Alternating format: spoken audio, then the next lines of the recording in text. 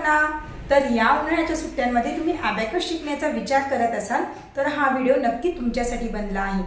तर बघा, आजपासून आपण अबॅकसचा पूर्ण कोर्स की जो अगदी फ्री तुम्हाला घर बसल्या शिकायला मिळणार आहे।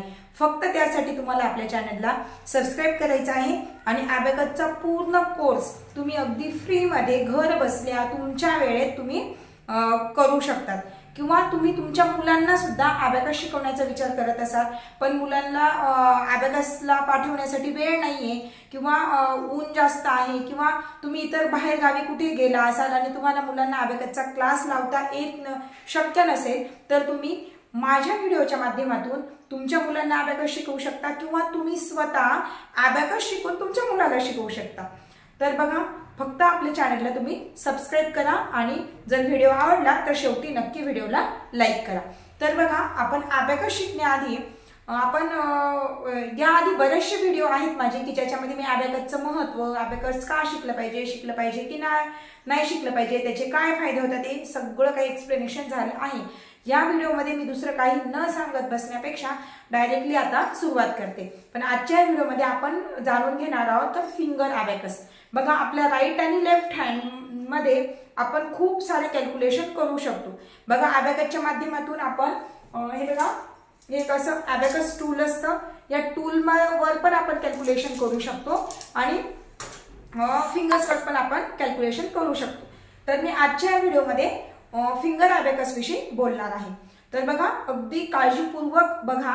जर लहान मुलं ऐकत असतील हा व्हिडिओ तर प्लीज त्यांच्या पॅरेंट्सने त्यांच्या सोबत बसा आणि व्यवस्थित समजून घ्या। कारण की फक्त एकदा का तुम्हाला तुमचं म्हणजे मी जे काय सांगते ते जर समजलं ना तर मी म्हणजे तुम्हाला जास्त नाही सांगणार, पण अगदी ह्या व्हिडिओच्या शेवटी सुद्धा व्हिडिओ झाल्यानंतर लगेचच तुम्ही खूप सारे कॅल्क्युलेशन करू शकतात। फक्त आधी समजून घ्या की मी काय सांगते आहे। तर बघा, हा आपला राईट हँड आहे।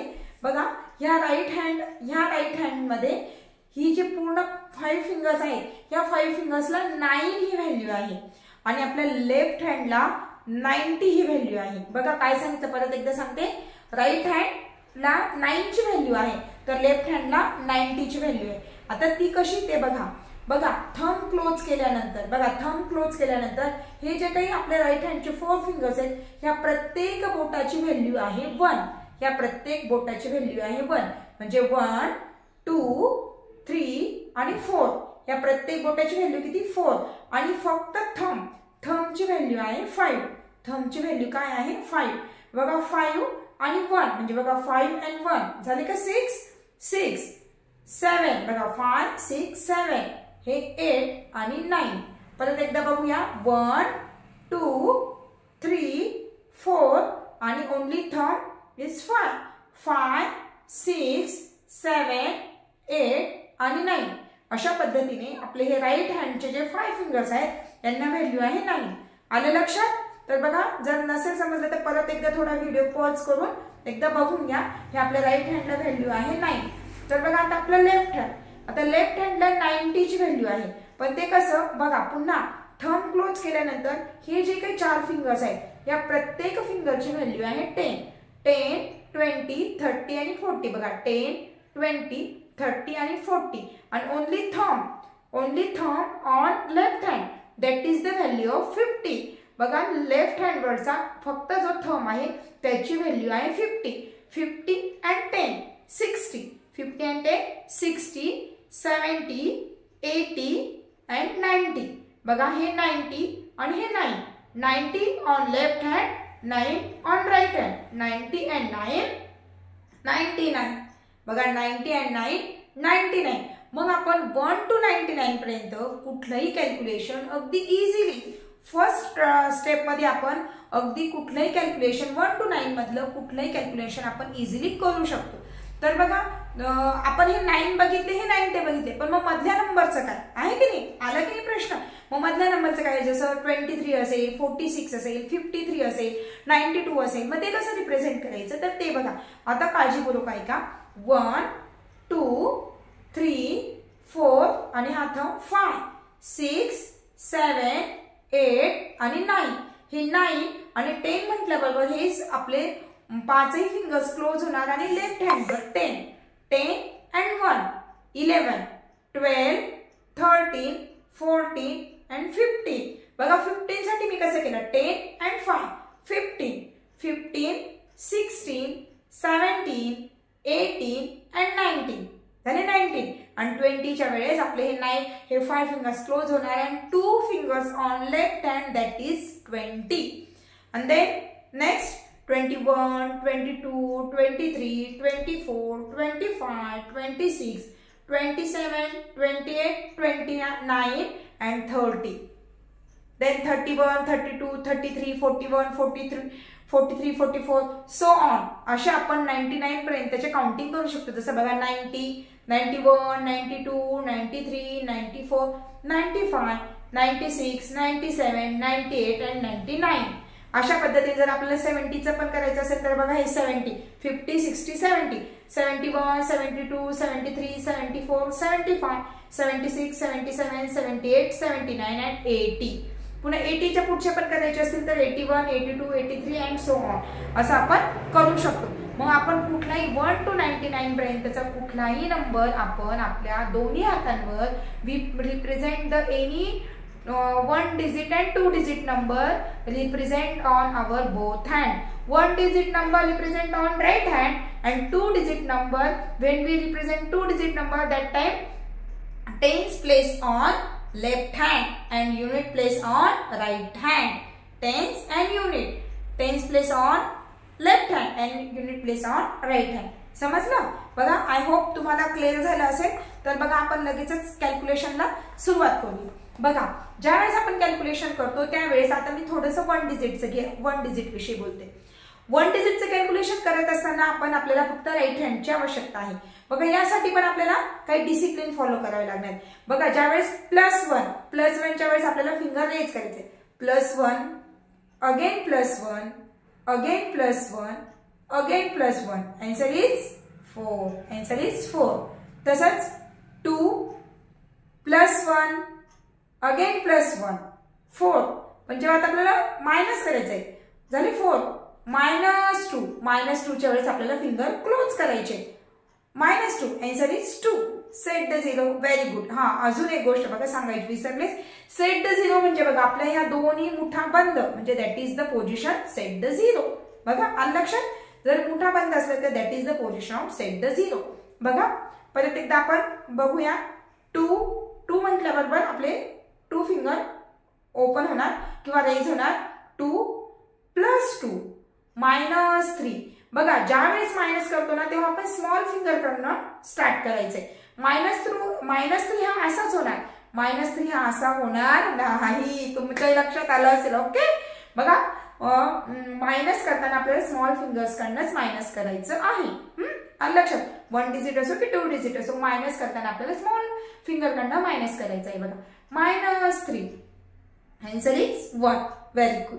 बघा आता 6 बघा +6 -6 +6 म्हणते वेळी आपल्या एकाच वेळी आपले 2 फिंगर रेज झाले पाहिजे. पण ज्यावेळेस 3 असेल 3 + 6 करायचंय त्यावेळेस आपले बघा हे दोन्ही कॉर्नर कडनं म्हणजे इकडनं थंब आणि इकडनं स्मॉल फिंगर असे ओपन होतील. 3 + 6 आन्सर इज 9. +6 -6 बघा प्लस म्हटलं की आपले फिंगर रेज होणार. मायनस म्हटलं की आपले फिंगर क्लोज होणार. +6 -6 +7 -7 +8 -8 +9 -9. ओके चला आपण कॅल्क्युलेशन करूया. बघा 2 + 6 आता +6 कसं करणार हे असं. ओके हे बघा हे असं. हा येते लक्षात. बघा 2 + 6 +1 -2 बघा -2 कसं केलं मी इकडनं -2 answer is 7. Very good. Set the 0 okay. 6 -1 बघा -1 +3 -2 answer is 6. Very good. Then set the 0 करा परत एकदा. सेट द 0 म्हणजे असं.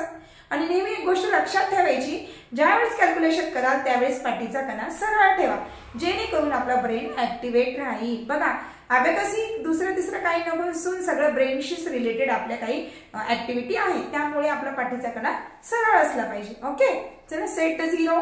4 -3 +5 +1 again +1 -3.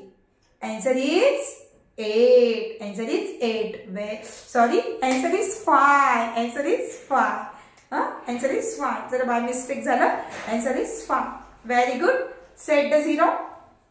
6 +3 -5 -2. Answer is 2. Answer is 2. Very good. Set the 0. 9 -6 -2 +3. Answer is 4.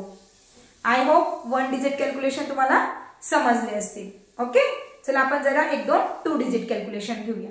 बघा ज्यावेळेस 2 डिजिट कॅल्क्युलेशन करतो, समजा मी 23 बोलली तर 20 on left hand 23. Okay, 23 +6 -4 +2. Answer is 20 and 7. 27. आलं लक्षात? 20 and 7 27. Okay, set the 0. 35. बघा 30 and 5 35 +2 again +2 -8 +2.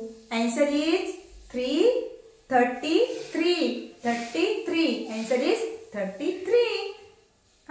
आहे की नाही सोपं? Is it easy? Yes, it is easy, very easy. Set the 0. 49 -7 +2 +5 -4. Answer is 45. Answer is 40 and 5. Very good. बघा अजून आपण 2 सम घेऊया. Set the 0. 23 +11. बघा आता +11 करायचं आहे.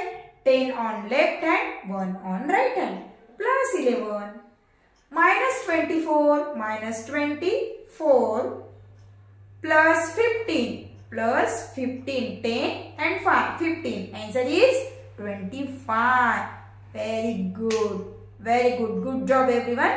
Very good. बघा तर आपण नेक्स्ट सम घेऊया. 49 -7 +51 +51. Answer is 93. Answer is 93. I hope you understand very well.